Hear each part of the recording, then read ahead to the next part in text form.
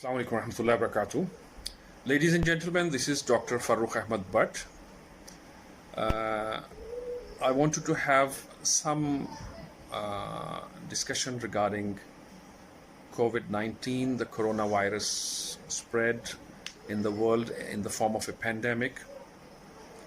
Now, at this time of this time period, most of us know that this virus is actually man-made. How it was made and spread in the world and humanity is affected, this is not actually my topic of discussion. If you are interested, you can go to YouTube and see videos of Mr. Abdullah Haroon and Dr. Arshad Buttar. You'll get ample knowledge. Okay, at this time, actually, I want to disperse some knowledge. I want to spread to many patients and the persons still who are not patients, and I pray that they don't become, how to manage this period when most of the world is having lockdown or curfews or movement control orders, the purpose being the only one that people are less affected with this COVID-19 infection, because this infection, if it's full-fledged, it is lethal, it is fatal. Although now we know that with the passage of time, that means months and maybe more than that, most of the people would become immune. Slowly, most of the people would get the infection at a level that will increase their immunity level. More than 90% people will become immune. They will develop antibodies in their system and they will automatically fight the infection and survive. But the persons who are susceptible to get the infection at a level that is fatal for them, for example, the persons who are having less immunity level, the elderly, or people who are having multiple body diseases or metabolic diseases or other things, we have to take care of them. Okay, the best answer is staying at home. Why? Because as we know, the infection is actually a droplet infection. It spreads from the person who is having the virus by the way of speaking, talking, laughing, sneezing, coughing. It spreads outside. If a person is very near, he can catch the infection. And if the distance is more than roughly 1.2 meters, there are less chances the droplets would drop down on the earth. And we know that these droplets, they can stay on solid surfaces, on the dresses, on solid objects, and many things that we are daily in contact with. In such cases, we have to avoid the contact touching. That we have to avoid. So the best answer is staying at home. Okay, before, we were advised by health personnel and WHO that using mask is not the best strategy when you are not a patient. But now, as the infection levels have progressed, as the dissemination of virus has progressed, we know that in high-risk areas, everybody who is going out, using a mask is a better choice. And still keeping the distance. For example, if you have to go to your duty in these times, you are in the sales or marketing or medical profession or security personnel or any other area, you have to use the mask. This is the best option. Using gloves before, it was not a better choice. Now you have to use gloves. And when you are finished and you want to go home, okay, dispose of these things, mask and gloves, outside your residence, and in such a way that these are disposed of in the garbage bin so that nobody can be in touch with them, in contact with them. When you reach home, before that, you have to get sanitized with alcohol with the one that is made for this purpose, that is easily available all around, and we are very familiar with that these days. And then go home and dispose of your dress for laundry immediately and get a very good shower so that you are safe for your family. Still, immediately don't be in contact with your family, and take some time. Okay, this is one thing. Then there are other factors. For example, keeping at home for this long period, for many months or many weeks, is against the social instincts, the psychological instincts of this Homo sapiens. This man is actually a social animal. We want to be social all the time. So keeping inside is a very difficult thing, and it's a burden on our nerves. It's naturally a burden.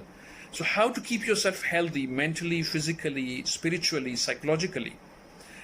All right, okay, first of all, try to have healthy food. That means fresh foods as far as possible, and some nuts and cashews and walnuts and almonds and some olives, if possible. Such things are helpful for boosting your immunity. Try to avoid cold things, because anything that irritates your throat, even in some persons, sour things are also irritants. Although we know that vitamin C, lemon and orange and vitamin C, these are immunity boosting things for our immune system. We are in a better way by using these. But if your throat is irritated by such things, then you have to take them in a very less quantity, and still better use them in tea or soup or such things that they don't irritate your throat. And drink water many times a day. And of course, now most of us know that that should be warm water. Warm water also is a tool to increase our immunity. It helps our digestive system, our throat, our respiratory system, and our body as a general thing. Okay, gargles. If we are not affected by the virus, even then, warm water and salt gargles, they help our throats. They are helping our throat's immune level, because any mild secretions or any mild inflammation is recovered by that. We know that warm water and salt means that we make a hyperosmolar solution. When we do gargling, rinsing our throat, we actually make that hyperosmolar solution in contact with the membranes of our throat, nasopharynx and pharynx, and these upper respiratory passages. And any mild inflammation, or even more than that, in which viruses or bacteria, or you can say germs, are there inside our membranes, they, with the process of osmosis and diffusion, they are taken out in this warm water and salt. And we already know that warm water and salt solution is an antiseptic solution. So this way we throw it out, and repeating it many times a day, that helps us. Okay, for the persons who are affected with the throat infections or pharyngitis or upper respiratory infections, this warm water and salt gargling should be repeated many times a day. Let's say 4-5 times in 24 hours. That is a very good way of treatment even. And then if you feel that your infection has traveled down your lungs or the upper or the lower breathing apparatus, bronchial passages, then steam inhalation is a very good source. How to do that very easily? Okay, boiling water in some big pan or anything that water is boiling, that steam is actually at the same level of temperature as that of the boiling water, and that if you inhale for 2 minutes continuously, that kills the viruses inside your lungs and lower bacterial passages, and even of course the upper respiratory areas. And that can be repeated many times a day. If you feel that you are affected, that's very good. Olive oil, it can be used as drops in the anterior nares, in your nostrils. That helps. And then of course drinking water many times a day, that is also a treatment to increase your body's immune level. Right, okay, then how to manage regarding your neuromuscular system, your bone, your vertebral structure, and your skeleton. That's also needed. So try to have walk. How you walk when you're inside? Okay, try to select in a room or in other rooms, or in your, if your house is big, throughout the house, note the time for 15 minutes and you have to walk. That walking actually makes you healthier, happier, and more relaxed.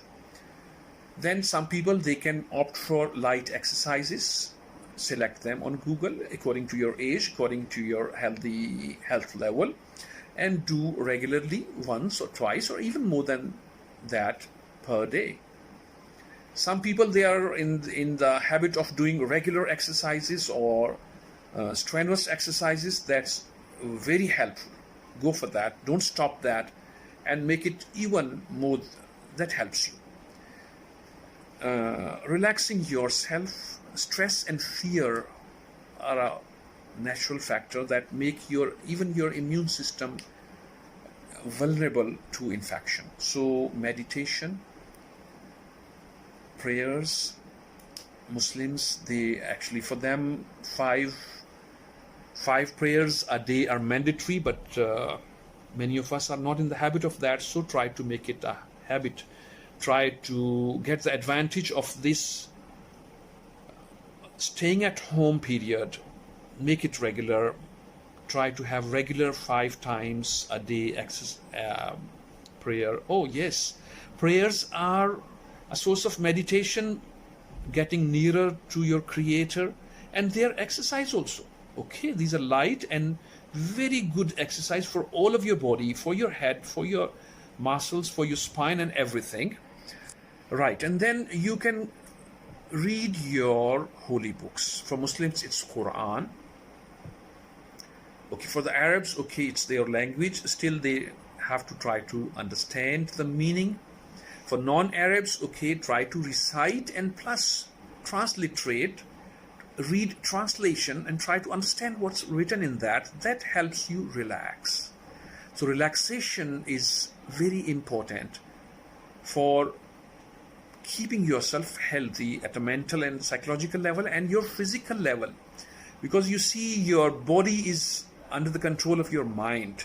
If you keep your mind relaxed and stress-free, your immune level automatically becomes at a higher level. It comes at a higher level. So these are some little suggestions that can be followed, and that way we can make ourselves healthier, keep healthier. So all of you, all of us, let's be blessed with the mercy of the Creator. Showers of mercy from our Creator. Stay safe, stay at home, stay healthier, stay corona free.